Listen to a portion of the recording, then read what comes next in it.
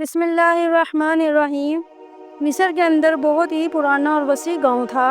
اس گاؤں میں کئی سرداروں نے حکومت کی اور خوش قسمتی سے اس گاؤں پر منصف سردار ہی سرداری کرتا، اور اس کے پیچھے سب سے بڑی وجہ یہ تھی کہ اس گاؤں کے لوگ انصاف پسند اور رحم دل تھے۔ ان کے انصاف پسندی اور رحم دلی کی وجہ سے ان کا سردار بھی ہمیشہ منصف رہا۔ اسی گاؤں کے اندر ایک عورت تھی جس کا نام شمع تھا۔ وہ ایک امیر و کبیر اور رئیس عورت تھی، اور کوئی نہیں تھا کہ وہ عورت کہاں سے آئی اور اس کا شوہر کہاں ہے، اس کے بال بچے کہاں ہیں بھی کہ نہیں، کوئی کچھ نہیں جانتا تھا۔ وہ پچھلے 5 سالوں سے اسی گاؤں کے اندر رہ رہی تھی، لہٰذا کبھی کسی نے اس سے پوچھنے میں یہ دلچسپی ظاہر نہیں کی کہ آخر وہ کہاں رہتی ہے اور اس کا باقی خاندان کہاں گیا۔ اور اس کی سب سے بڑی وجہ یہ تھی کہ اس عورت کا رویہ، اس کی باتوں کا انداز اور اس کی حرکات بہت زیادہ مختلف تھی، اور یہی وجہ تھی کہ سارے گاؤں والے اس سے دور رہتے تھے۔ لیکن 4 سال گزرنے کے بعد ایک دن بازار لوگوں سے کھچا کھچ بھرا ہوا تھا۔ عید کے دن قریب آ رہے تھے، لہٰذا لوگ معمول سے زیادہ خریداری کر رہے تھے۔ عصر کی نماز کا وقت ہو رہا تھا۔ وہ عورت بازار کے اندر اپنے گھوڑے پر سوار ہو کر آئی اور سرعام بازار کے اندر اعلان کیا، کون ہے وہ نوجوان جو ایک رات کے لیے میرے ساتھ چلنا چاہے گا؟ یہ اعلان سنتے ہی پورے بازار کے اندر ہلچل مچ گئی۔ سب لوگ اسی عورت کی طرف دیکھنے لگے اور ایک دوسرے سے سوال پوچھنے لگے کہ یہ کون ہے، کہاں رہتی ہے؟ تو اس بازار میں موجود اس کے گاؤں کے چند لوگوں نے کہا، یہ ہمارے گاؤں کے اندر رہتی ہے۔ اس کی حرکات پہلے ہی بڑی عجیب و غریب تھی، لیکن آج تو اس نے حد کر دی۔ آخر یہ کیا کرنا چاہتی ہے؟ سب لوگ اس عورت کو گالیاں دینے لگے، لیکن کسی نے یہ نہیں پوچھا کہ آخر سرعام بازار کے اندر یہ کام کرنے کی وجہ کیا ہے۔ پھر اس عورت نے آواز لگائی اور کہا، کون ہے وہ نوجوان جو میرے ساتھ چلنا چاہے گا؟ وہ ایک رات کے بدلے میں اس کو 1000 سونے کے سکے انعام میں دیے جائیں گے۔ یہ سن کر پورے بازار کے اندر سناٹا چھا گیا۔ سب لوگ ایک دوسرے کی طرف دیکھنے لگ گئے کہ آخر یہ عورت اتنا زیادہ کیسے گر گئی ہے کہ سرعام گناہ کی دعوت دے رہی ہے۔ لیکن اتنے میں ایک نوجوان سامنے آیا اور کہا، میں آپ کی دعوت کو قبول کرتا ہوں۔ عورت نے کہا، اس کو اپنے گھوڑے پر بٹھایا اور واپس چلی گئی۔ اب بازار کے اندر طرح طرح کی باتیں ہونے لگی، لیکن اس نوجوان نے کسی کو کچھ نہ کہا، کیونکہ سب لوگ جانتے تھے کہ وہ نوجوان ایک محنتی اور مزدور انسان تھا، اور وہ بڑی مشکل سے ہی ایک مہینے میں 20 سے 30 سکے کماتا تھا۔ اس کے ساتھ نوجوان حسین و جمیل کنواری بہنیں موجود تھیں، اور ان کو رخصت کرنے کے لیے اس کے پاس ایک کھوٹا سکہ بھی نہیں تھا۔ لہٰذا لوگوں نے کہا، چلو اس نوجوان کا تو بھلا ہوا۔ اب ہر کوئی اپنے اپنے کام میں لگ گیا۔ اگلے عصر کا وقت ہوا تو پھر وہ عورت بازار کے اندر گھوڑے پر سوار ہو کر آئی۔ بازار کے درمیان میں گھوڑا کھڑا کر کے اعلان کرنے لگی کہ کوئی نوجوان جو 100 سونے کے سکے کے بدلے میں میرے ساتھ ایک رات گزارے گا۔ یہ سن کر سب بازار والے خاموش ہو گئے۔ پھر وہ نوجوان سامنے آیا اور کہا، میں یہ کام کرنے کے لیے تیار ہوں۔ عورت نے اس کو اپنے ساتھ بٹھایا اور چلی گئی۔ اب پھر بازار کے اندر طرح طرح کی باتیں ہونے لگی، لیکن پھر خاموشی ہو گئی۔ سب لوگ اپنے اپنے کاموں میں مشغول ہو گئے۔ وقت گزرتا رہا اور تقریباً عورت کو یہ کام کرتے ہوئے 2 ماہ گزر چکے تھے۔ وہ عورت جس کے ساتھ گاؤں کے چند لوگ گفتگو کرتے تھے، جنہوں نے اپنا تعلق اس سے جوڑا ہوا تھا، اب انہوں نے بھی اس عورت سے تعلق ختم کر دیا تھا۔ کوئی ایسا آدمی، کوئی ایسا گھر نہیں تھا جو اس کے ساتھ تعلق قائم رکھنے پر رضامند ہوتا، اور ہونا بھی نہیں چاہیے، کیونکہ وہ جو عورت کی حرکات تھی، جو عورت کے اعمال تھے، وہ عورت صرف نفرت کے قابل تھی، لیکن اصل حقیقت کیا تھی کوئی نہیں جانتا تھا۔ کوئی نہیں جانتا تھا کہ وہ عورت آخر اس نوجوان کو ایک رات کے لیے کیوں لے کر جاتی ہے اور اس کے بدلے میں اتنی بڑی رقم کیوں دیتی ہے۔ سب لوگ جانتے تھے کہ اگر وہ عورت چاہے تو کسی خوبصورت نوجوان سے شادی کر سکتی ہے، لیکن آخر سے اس کی کون سی مجبوری ہے جو اس کو سرعام اتنا بڑا گناہ کرنے پر مجبور کر رہی ہے۔ لیکن کسی کے اندر یہ جرأت نہیں ہوتی تھی کہ وہ اس سے سوال کر سکے۔ بس لوگ اس کو دور دور سے نفرت کی نگاہ سے دیکھتے۔ وہ جہاں سے گزرتی لوگ اس گلی کو چھوڑ دیتے، لوگ اسے گالیاں ہی دیتے، لیکن اس نے کبھی کسی کو کچھ نہ کہا، کبھی کسی کے ساتھ زبان درازی نہ کی۔ بس آتی ہر روز عصر کے بازار کے اندر ایک نوجوان کو لے کر چلی جاتی اور صبح اس نوجوان کو اپنا انعام دے کر رخصت کر دیتی۔ اور بازار کے لوگ جب اس نوجوان سے پوچھتے کہ وہ عورت تمہیں ہر روز آخر کیوں لے کر جاتی ہے اور تم اس کی پیشکش کو کیوں قبول کرتے ہو، تو وہ نوجوان خاموش ہو جاتا۔ اس گاؤں کے سردار نے کئی دفعہ اس نوجوان سے پوچھنے کی کوشش کی، لیکن اس نے بتانے سے انکار کر دیا۔ بس سب لوگ یہی سمجھتے تھے کہ وہ عورت اسے اپنے جسم کی پیاس بجھانے کے لیے لے کر جاتی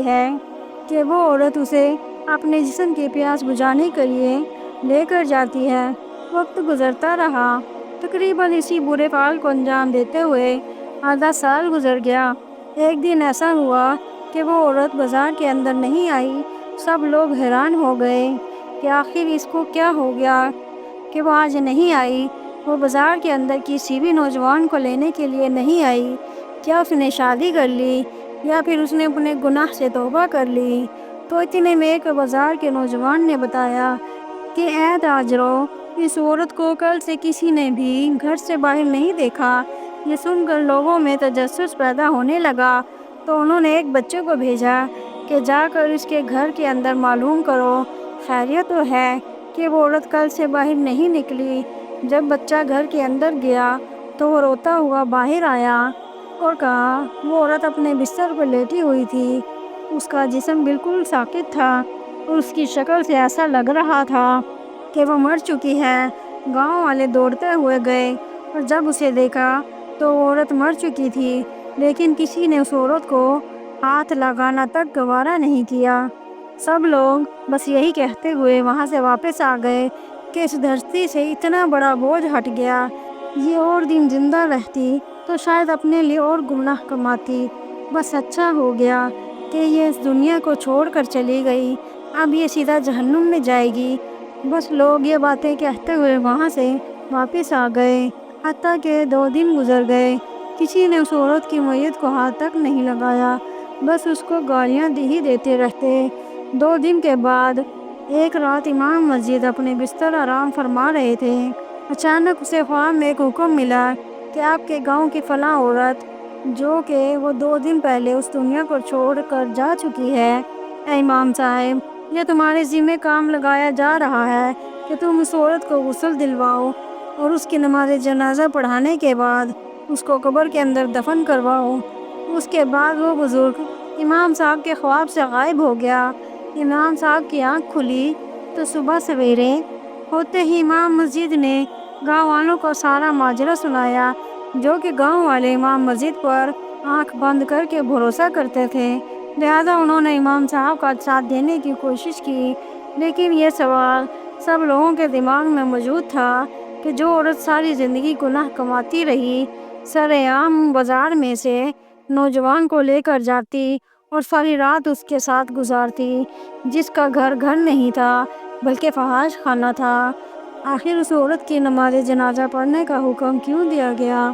یہ سوال لوگوں کے دلوں میں پیدا ہو چکا تھا کہ آخر اس عورت کی ایسی کون سی نیکی تھی جو اللہ کو اتنی پسند آ گئی۔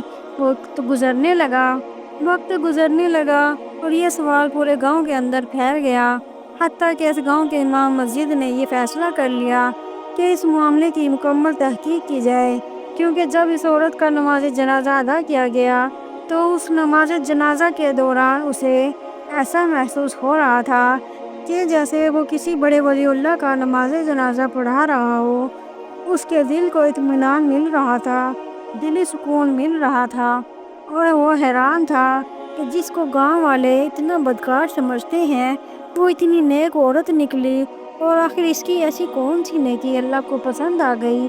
اب امام مسجد نے پورے گاؤں کے اندر اس عورت کے بارے میں معلوم کرنا شروع کر دیا، لیکن حیرانی کی بات یہ تھی کہ جس بھی آدمی سے پوچھتا وہ اس عورت کے بارے میں صرف زہر اگلتا۔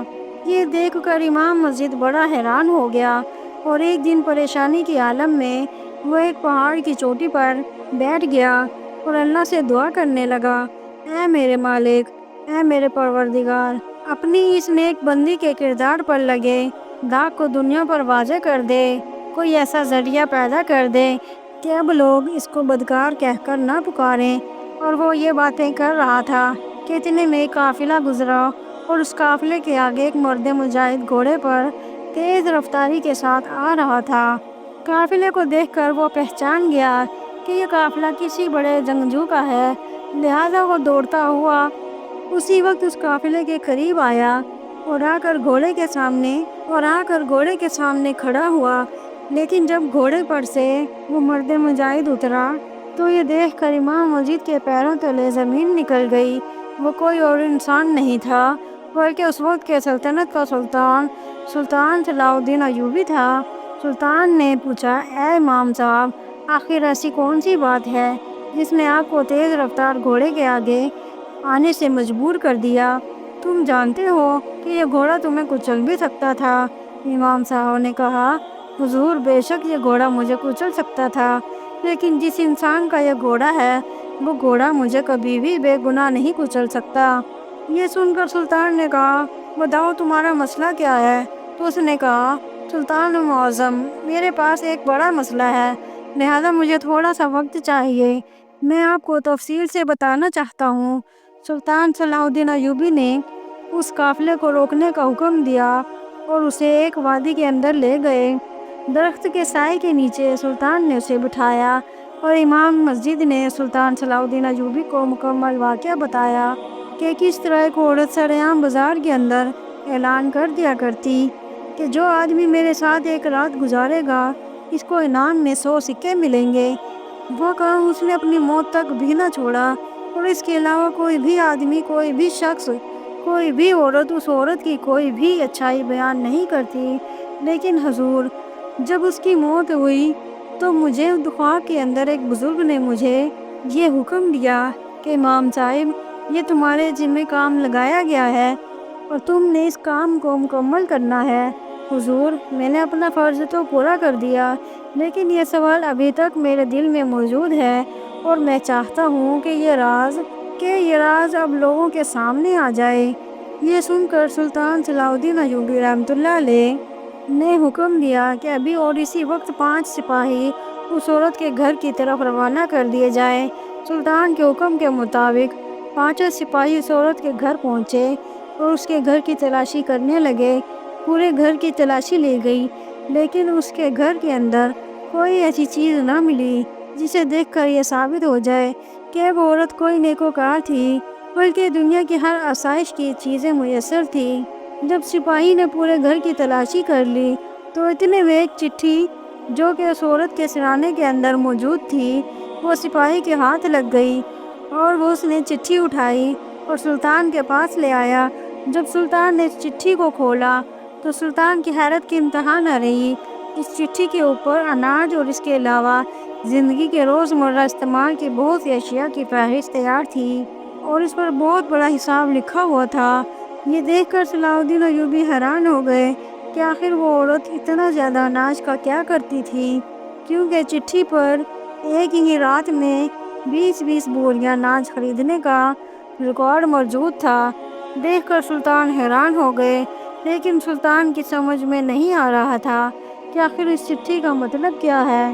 اتنے میں سلطان کے دماغ میں خیال آیا اور سلطان نے حکم دیا کہ ابھی اور اسی وقت اس نوجوان کو تلاش کر کے لایا جائے۔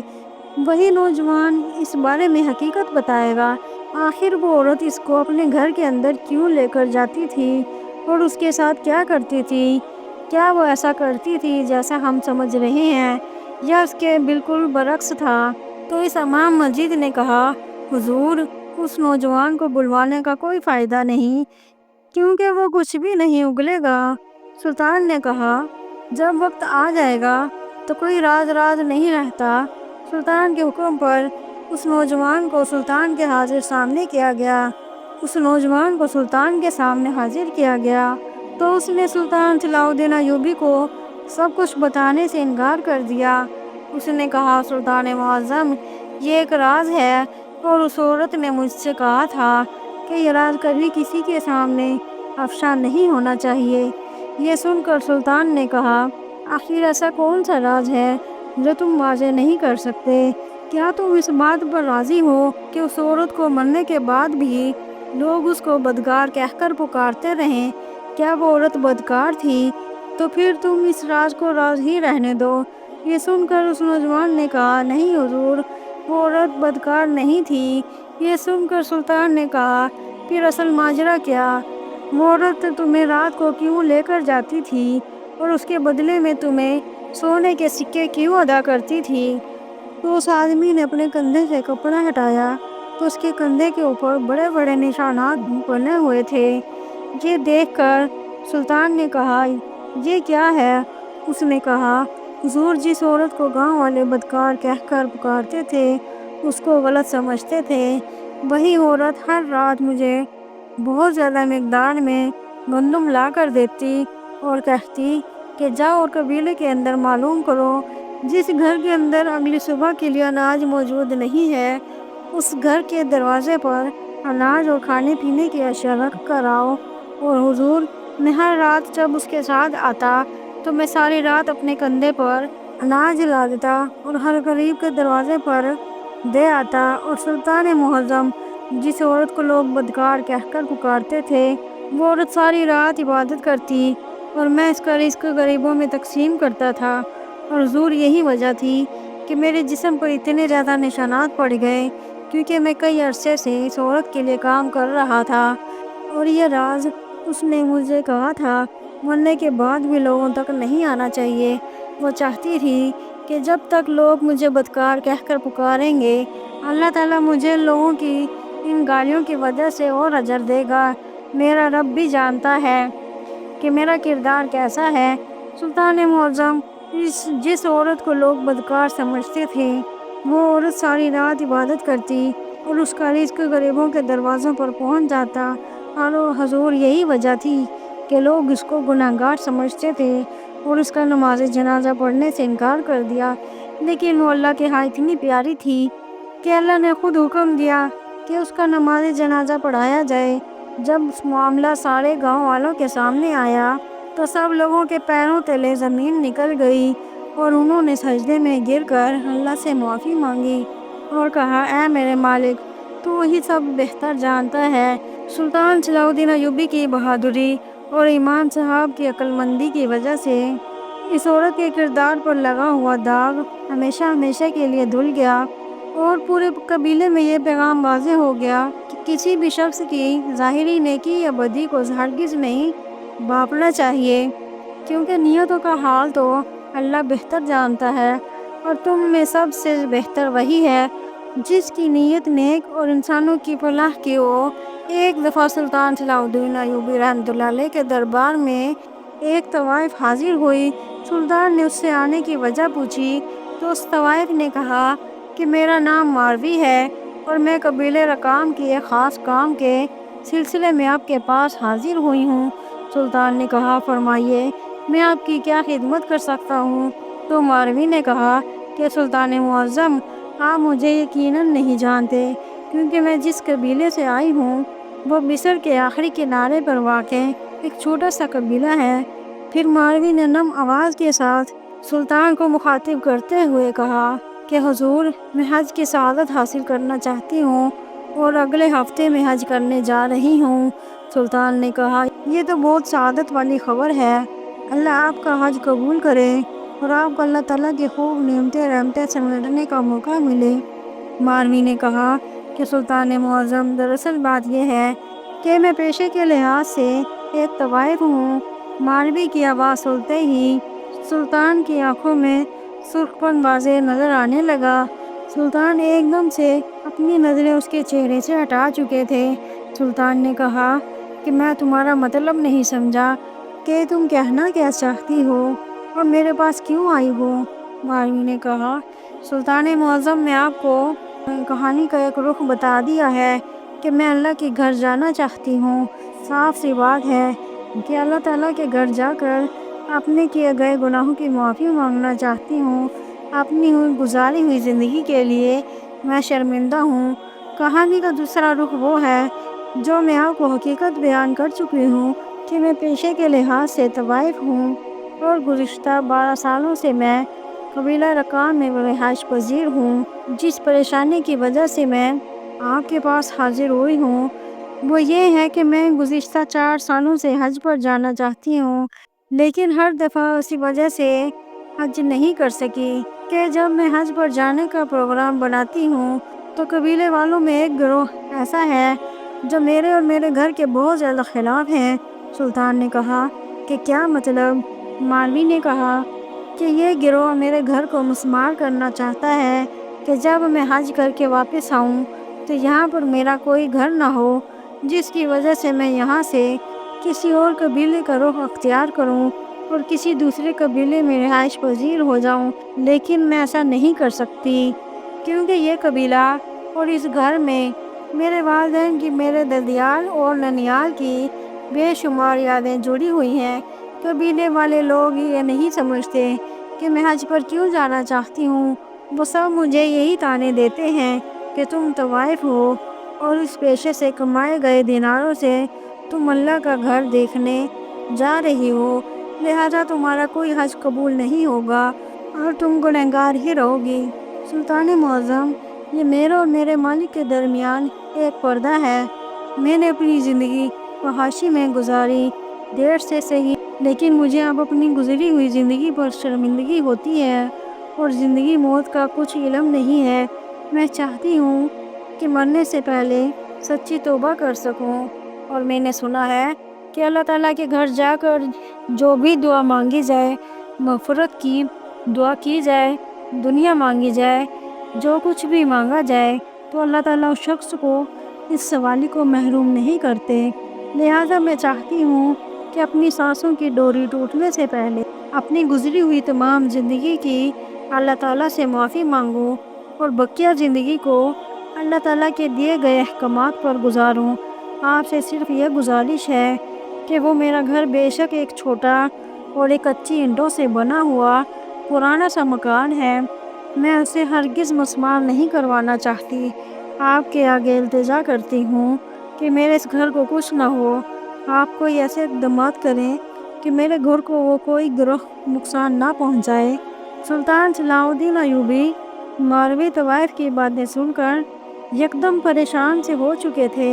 انہیں سمجھ نہیں آ رہی تھی کہ میں ایسا کیا کروں کہ مجھ سے کوئی گناہ سرزد نہ ہو جائے۔ سلطان نے جب ماروی کی آنکھوں میں دیکھا تو سلطان کو ایسا معلوم ہوا کہ جیسے ماہی مچھلی پانی میں جانے کے لیے بےتاب ہوتی ہے، ویسے ہی ماروی حج پر جانے کے لیے تڑپ رہی ہے۔ سلطان نے یہ فیصلہ کیا کہ ماروی کو اس عظیم سعادت کی نعمت سے محروم نہیں کیا جا سکتا۔ کوئی بھی شخص نیکوکار ہے یا گنہگار ہے، یہ اللہ اور اس شخص کا معاملہ ہے۔ ہم کون ہوتے ہیں اس کا فیصلہ کرنے والے؟ یہ اللہ اور بندے کے درمیان ایک پردہ ہے۔ مورخ لکھتا ہے کہ سلطان صلاح الدین ایوبی نے کہا کہ اگر ماروی حج پر جانے سے رہ جائے تو اس کا گناہ مجھ پر ضرور عائد ہوگا، کیونکہ اگر 10 نمازی اور متقی حج پر نہ جا سکے تو شاید جنت کی آبادی میں کوئی کمی واقع نہیں ہوگی، لیکن اگر ایک طوائف جس کو اللہ نے ہدایت دی ہے، اگر وہ حج پر جا کر توبہ کرنے سے رہ گئی تو دوزخ کے شعلے کس کے سر پر پڑیں گے؟ آخر سلطان نے ماروی کی آنکھوں میں تیرتی نمی کو دیکھتے ہوئے کہا کہ تم بے فکر رہو، حج پر جاؤ، تمہارے مکان کو کوئی ہاتھ نہیں لگائے گا۔ تمہاری واپسی تک تمہارے اس مکان کی حفاظت کی جائے گی، تمہاری ایک اینٹ بھی ادھر ادھر نہیں ہوگی، اور اگر تم واقعی نیک نیت اور اللہ تعالیٰ سے معافی مانگنے جا رہی ہو تو مجھے یقین ہے کہ اس دنیا میں اگر سیلاب آ جائے یا طوفان بھی آ جائے، تمہارے گھر کی مٹی کا ایک ذرہ بھی ادھر سے ادھر نہیں ہوگا۔ تم جس نیک کام اور مقصد کو لیے اللہ تعالیٰ کی چوکھٹ پر جا رہی ہو وہ اپنے بندے کو مایوس نہیں کرتا، اور وہ سب سے بہتر ہر چیز کی حفاظت کرنے والا ہے۔ سلطان کے یہ الفاظ سن کر ماروی کی آنکھوں میں آئی نمی خوشی کے آنسوؤں میں بدل گئی اور وہ سلطان کو لاکھوں دعائیں دیتے ہوئے وہاں سے اپنی منزل کی طرف روانہ ہو گئی، جہاں سب سے بڑی سوچنے والی بات یہ تھی کہ سلطان نے جاتے وقت اسے چند دینار دیے تو ماروی نے کہا کہ سلطان معظم، مجھے ان کی کوئی ضرورت نہیں۔ پھر ماروی نے کہا کہ میں اللہ کے سامنے جا کر اپنی مغفرت اور آپ کے لیے صحت کی دعا کروں گی کہ اللہ آپ کا سایہ ہم پر قائم و دائم رکھے۔ مختصر یہ کہ ماروی حج پر جاتی ہے اور واپسی پر حجاب میں لپٹی ہوئی جب قافلے کے ساتھ واپس آتی ہے تو سلطان صلاح الدین ایوبی، اس سلطنت کا سلطان، اس کا استقبال کرتا ہے اور اسے اس کے گھر چھوڑ کر آتا ہے اور کہتے ہیں کہ تمہارے گھر کی ہر ایک چیز بالکل ویسے کی ویسی ہے۔ وہی ماروی جو طوائف تھی، جو اپنا جسم بیچتی تھی، وہ اب اس طرح نقاب اور کالے کپڑے میں لپٹی ہوئی تھی کہ اس کے ناخن اور بال تک نظر نہیں آ رہے تھے۔ بے شک اللہ جسے چاہے ہدایت دے کر اس کی دنیا اور آخرت سنوار سکتا ہے۔ اس وقت سلطان کہہ گئے، تاریخی الفاظ تا قیامت تاریخ کا حصہ رہیں گے کہ کوئی بھی شخص نیکوکار ہے یا گنہگار، اس کو اور اللہ کے درمیان ایک پردہ ہے، اور ہم کو یہ اختیار ہرگز حاصل نہیں کہ ہم کسی کو کافر یا گنہگار کہہ سکیں یا دوزخی یا جنت بانٹنے والوں کا سردار کہہ سکیں۔ بے شک یہ اللہ کے کام ہے اور وہ بہتر جانتا ہے، اور اس کا فیصلہ اور اس کا حق صرف اسی ذات کو جچتا ہے کہ وہ جسے چاہے دوزخ دے، جسے چاہے جنت دے۔ ہم سب کو چاہیے کہ اپنے گریبان میں جھانکتے ہوئے جنت کمانے کی فکر ہر لمحہ کوشش کریں۔